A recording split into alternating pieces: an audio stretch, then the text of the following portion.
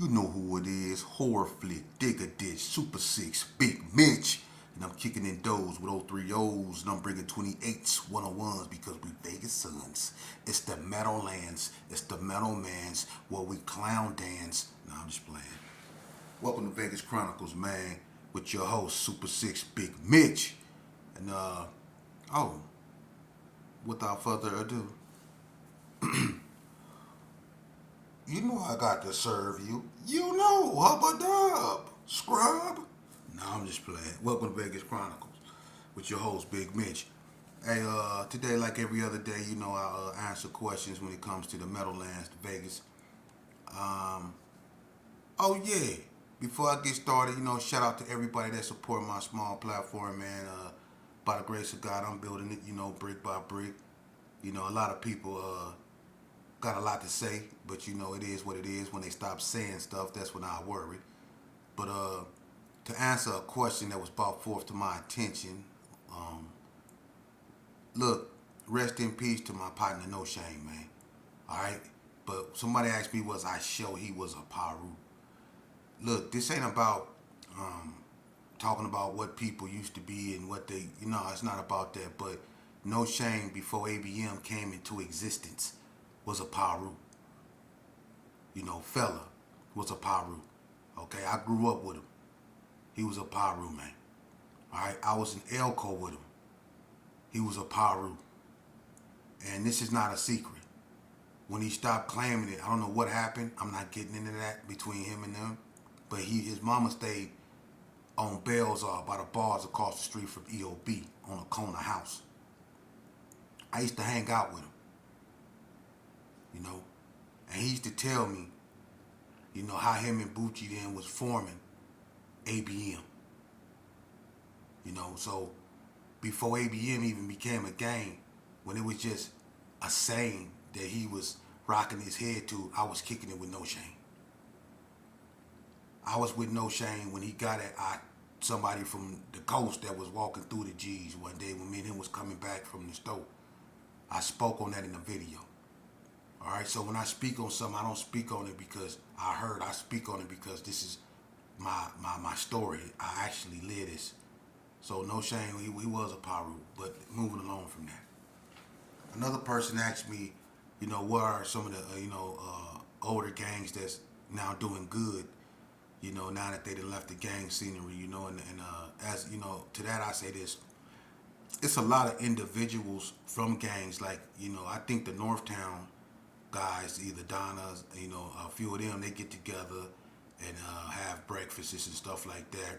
You know, you got guys that, you know, get together and golf and go fishing and they do things like that, but it don't be the whole gang. It just be, you know, the OGs, a few dudes that kept a tight bond throughout the years, you know.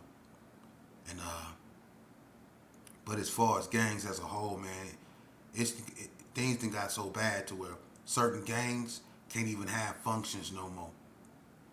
That's over with because the inner fighting, the inner hating. I didn't come up from an era like that. I didn't. We settled our differences. You know, we had a certain place we went where we fought. No stomping, no none of that. We get down. You know, nowadays, you can't get into an argument with your own homeboy without getting slumped. It's crazy. And I hope you youngsters paying attention. Why would you want to be a part of something with a loyalty in what you claiming? It's just an illusion. Because it ain't no loyalty. Now, I want to talk to you about a youngster I know. And I'm his brother age, and his brother was actually my homeboy. His brother name was Tricky T, Tony. And me and Tony grew up together. They related to the Carters. Lamont Carter, Corey Carter, Ronnie Carter. Some of the Carters, Corey Carter and Lamont, they off Weaver over there in PB. Ronnie Carter from West Coast Blood. And Tricky T grandmama, I think, stayed on Washington over there in West Coast. But we grew up together. And Tricky T became Donald Ray Page right-hand man back in 87, 88. Tricky T and Donna Ray Page was hanging out real tough, you know. And Tricky T became one of the first K9s, you know, one of the hardest K9s, you know what I'm saying? Him, Richie Rich, and a few more. But he had a little brother named Tyson. Grew up to be a Donna Street. They called him Young Trey. And you know, Tricky T, he ended up getting killed in '89. He just came back from out of town, and he was over there by Donna Radium house, and he got killed, you know. But he had a little brother named Tyson who grew up to be a Donna named Young Trey. Young Trey was just like his brother, you know. He was a reputable. He was known for having hands.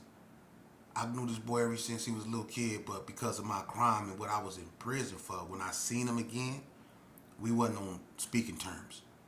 You know, it was animosity because of my crime, you know. And, you know, I was beefing with his hood. So, you know, it was on. You know, we didn't do no talking, but I knew him as a baby, so I really didn't harbor no hate for him. He just was from Donna, you know, and at that time, Donna and the Gersons wasn't getting along. You know, so it was a few incidents. One with TJ Lowe came on the yard. TJ Lowe, you know, he told on me, and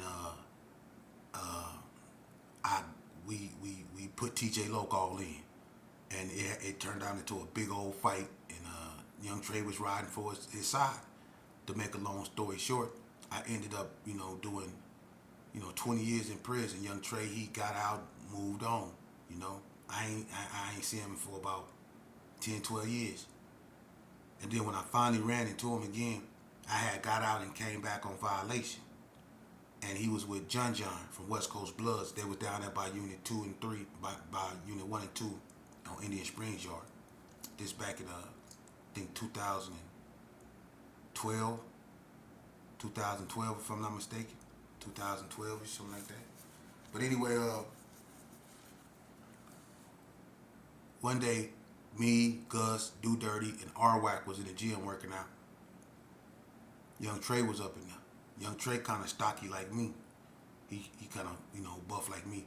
So he, you know, we was in the fold, so we hitting over 400. So we was hitting the fold, you know, so every time I do a set, he'd do a set. I wasn't tripping. But he was conversating with, you know, Do Dirty and all them, like, you know, everything was cool, so it wasn't no animosity. So out the blue, he say, "Sheep, you don't remember me?" I said, "I know who you is," but I said it in a way like, yeah, you know, on some other stuff. But he was like, "You remember you and my brother had that fight?"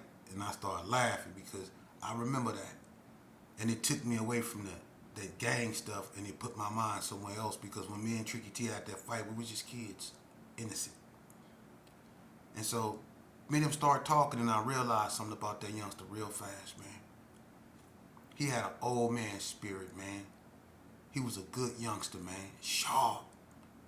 He had the leadership skills, you know. He was a natural leader, man. You could tell, you know. And he had this swag about him, you know. Young Trey was a good youngster, man.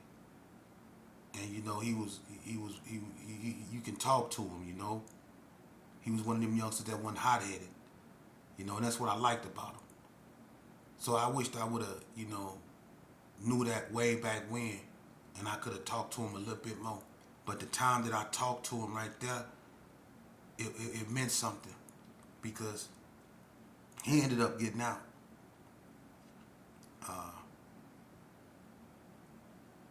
I ended up getting out before him, and I come back on violation. I don't know where he happened. I've been back on violation twice. I don't know where he went. You know what happened to Young Trey, but when I came back on violation my second time, I was in the trust program, and I was in there with Super Dave, Shy Baby, Pootie Mac from 60s, Rico, GQ Main Chaney, you know, Money Green, you know, Rabbit from Paru, you know, Baby Cow from 60s. You know, it was a bunch of us all up in the trust program, which is a drug program in Indian Springs. And I remember, I think I was talking to Shy Baby, and I remember Super Dave walking up saying, "Man, y'all heard about Young Trey?" Hey, nah, what you talking about? Say, Young Trey got killed. What you mean? Like, yeah, and I ain't finna get into all that, but that youngster lost his life, man. And I know, back when I was gang banging, I wouldn't, I probably wouldn't have cared, but I don't gang bang, and I haven't gang banged in a long time, and I don't believe in that. I don't stand for that, and can't nobody make me. But I was really, I was hurt, man, cause I was conversating with Reese Loke from Donna and Rail C, and I was and I was looking at these youngsters not like Donna streets, but like young black men, young brothers that needed guidance, cause they was just like me. Wow, especially Reese Loke. Reese Loke can fight. He can get down. But you set that to the side. He hunger for knowledge. He wanna learn. And he a warrior, man. He'll get down. I mean, that man talented. You know, real C just crazy. But they all eager to learn. See? And I used to sit across from Reese Loke and talk to him all the time. Now, understand, this was a youngster that was taught to hate me.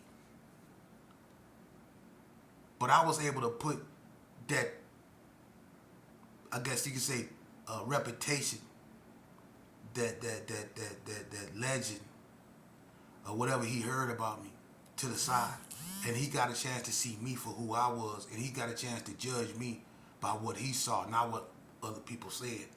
And I got a chance to do him the same way. And every youngster that I came across, whether it be them or who else, same reaction. They good youngsters, man. They just misguided. They are. And we the ones misguided them. Because we the ones start turning on ourselves first. See? We the ones start turning on ourselves first. When those youngsters was growing up, when them wax was growing up, they seen what was going on. We was turning on ourselves. Homies was beating homies like they was enemies. They was going overboard with it. They was pistol whooping homeboys. They was robbing homeboys. They was shooting at homeboys and beat over females. You know? The homeboys that was broke, that wasn't having nothing, was hating on the homeboys that was, because they expected them to give them something every time they seen them. And when they did give them something, they didn't do nothing but go smoke it up or trick it off. You know? So when you youngsters, when y'all so eager to get in a crowd of dudes, you got to understand, man, who you in a crowd of. 9 times out of 10, you sitting amongst a bunch of snakes, man. Everything is about the moment. Yeah, they love you for the moment. They love you for the moment until y'all like the same girl. They love you for the moment until you get a car and he's still walking. They love you for the moment until y'all catch a case and he looking at too much time. They love you for the moment until you get locked up and ask them to send you some cash. They love you for the moment until you blow up and they don't, and they backdoor you. Them your homies. Look.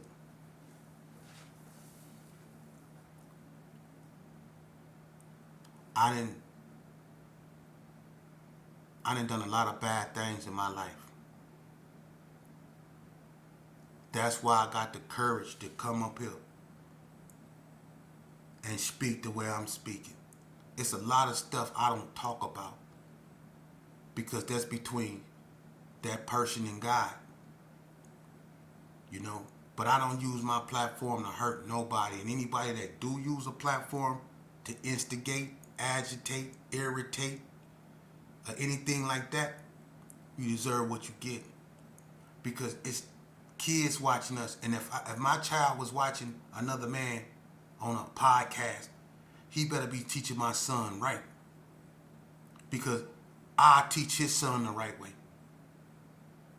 But you got some dudes that's so caught up in the vanity of having money, that's caught up in the vanity of wanting somebody to know their name, that they disregard that and they act like fools. You 50 years old and you still wanna, you 50 years old hollering on Paru. You 55 years old hollering on hood. And you wonder why you got these little kids out here hollering, fight, crib. Because they looking at what y'all do. And then y'all say what y'all want to kill Charleston White when he bring it up and he bring that to you and he point that out to you. Y'all want to kill him. I don't agree with everything that brother said. I love to debate him, but when he get to talking about that realism, y'all want to kill him. Because the only way y'all can win the debate is through violence. The truth really hurts. So when somebody bring you the truth, you act like somebody stole on you and you react like somebody stole on you or shot at you because you try to kill that person that bring you the truth. That's why every prophet that came before us, somebody had him killed. Because the truth hurt. But you youngsters better pay attention. I'm going to tell you something, an old saying. If your homeboys is hindering you, which 9 times out of 10 they are, you better cut them off. Brother, if you got a rotten leg, it's best you cut that off. Cut your homies off because you rather limp into heaven than walk into hell on 2 feet any day of the week, bruh. You don't need a crowd to vindicate you, youngster. Trust me, I thought I did. I thought I needed a crowd. You know what I needed? What I needed was to accept responsibility for my actions. When I joined the gang, I wanted to be the hardest. I wanted to be the most known. Ain't no such thing as being the hardest. Ain't no such thing as being the most known. Ain't no such thing as being the toughest. Ain't no such thing as being the most threat, the biggest threat. Ain't no such thing as fictitious. Because it's always going to be somebody better than you. It's always going to be somebody that's quicker on the draw than you. It's always going to be somebody that can shoot better than you. And it's always going to be somebody that can whoop your ass. It's best to be you and the best you that you can be and quit running with them and giving a damn about what they say. I'm keeping it real with you, homie. Out here in these streets in Vegas, don't think because it's quiet now.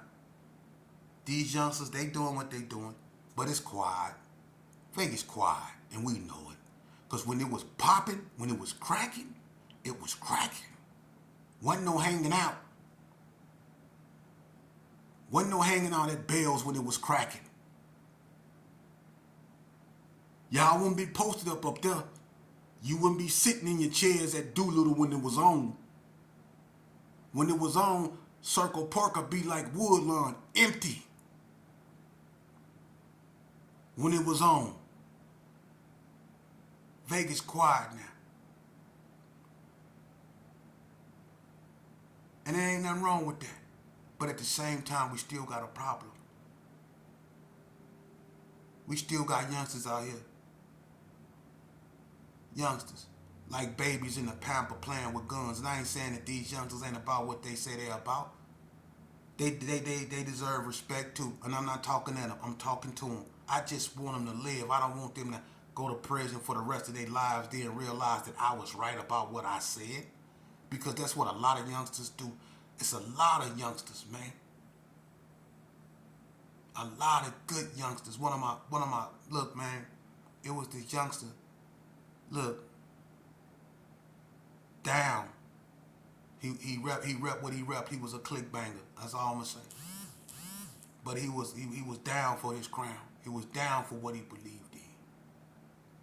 I talked to that youngster every day when I was in the joint, every day. Until they moved me to the trust program. He was real tall. You know, I used to listen to his CDs. He used to let me listen to his radio. Real quiet, tall. His name was Thorough B. You know? And last time I left Thorough B, he was in unit, I think, 4. Him, S. Dot, and somebody else came down there when I was getting ready to go home. Him and S. Dot from California. They came down there, and I chopped it up with him. Good little youngster. He had a bunch of time, though. And I knew right then and there that something had to be done because these youngsters, they was coming in there. Some of them didn't even have murders, but they had 40 to life, man.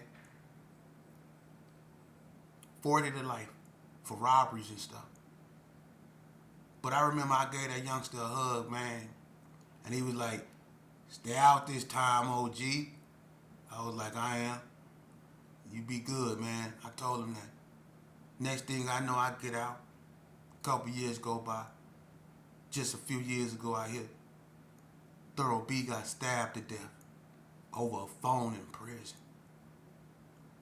My partner. You see? Youngsters. That's what I'm trying to tell you. Listen to your moms, man. Listen to your father if you're lucky to have one.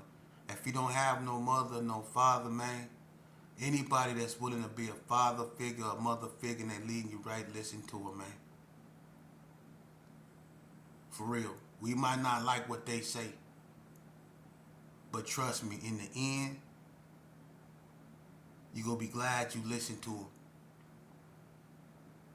It's a lot of kids, they get disciplined and they get butt whoopings by their moms, and they don't like that. They hate their moms for that moment. But in the end, you're going to be glad you got those butt whoopings, because those butt whoopings might save your life. But it's a difference between a butt whooping and abuse. You know, when you discipline your child, you discipline your child with love.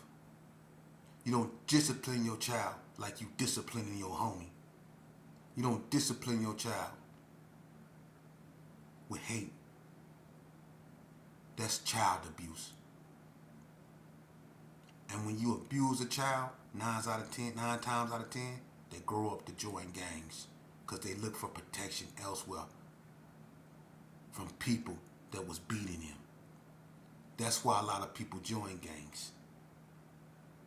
See? And then they become monsters. Worse than the monsters that made them the monsters they became.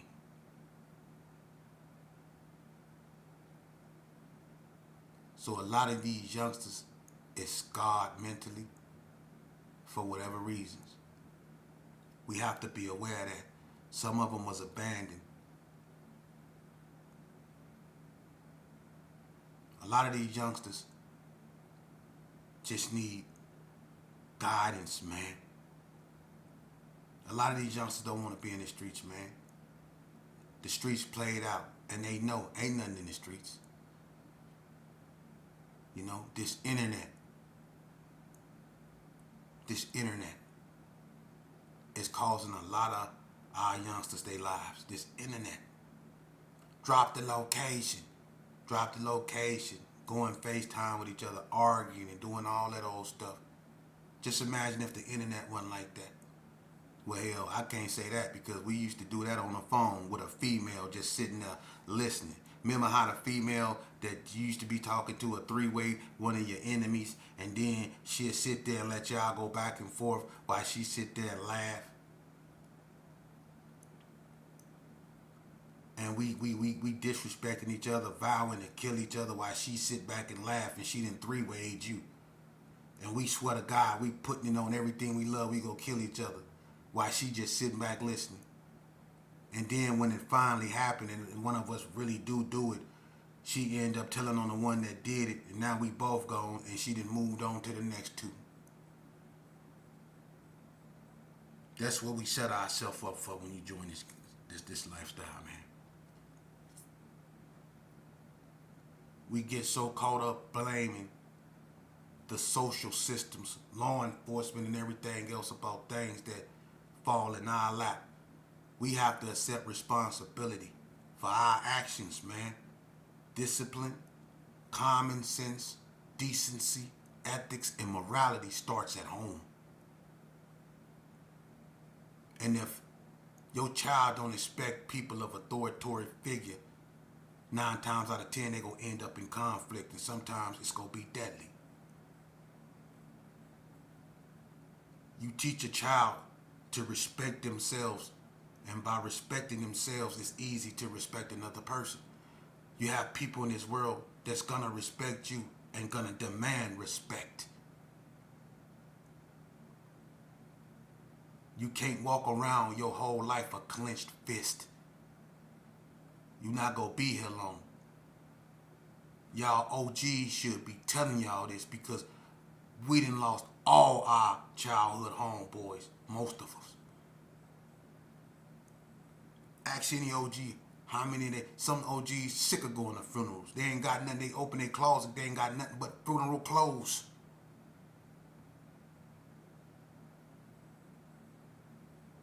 For real. When we dress up and get clean, why do it got to be to go to a funeral? Why can't it be just to take our kids out and have a good time? Why when we put on our best outfits, it's got to be because we're going to bury a loved one? Why it can't be because we celebrating the life of somebody while they still here?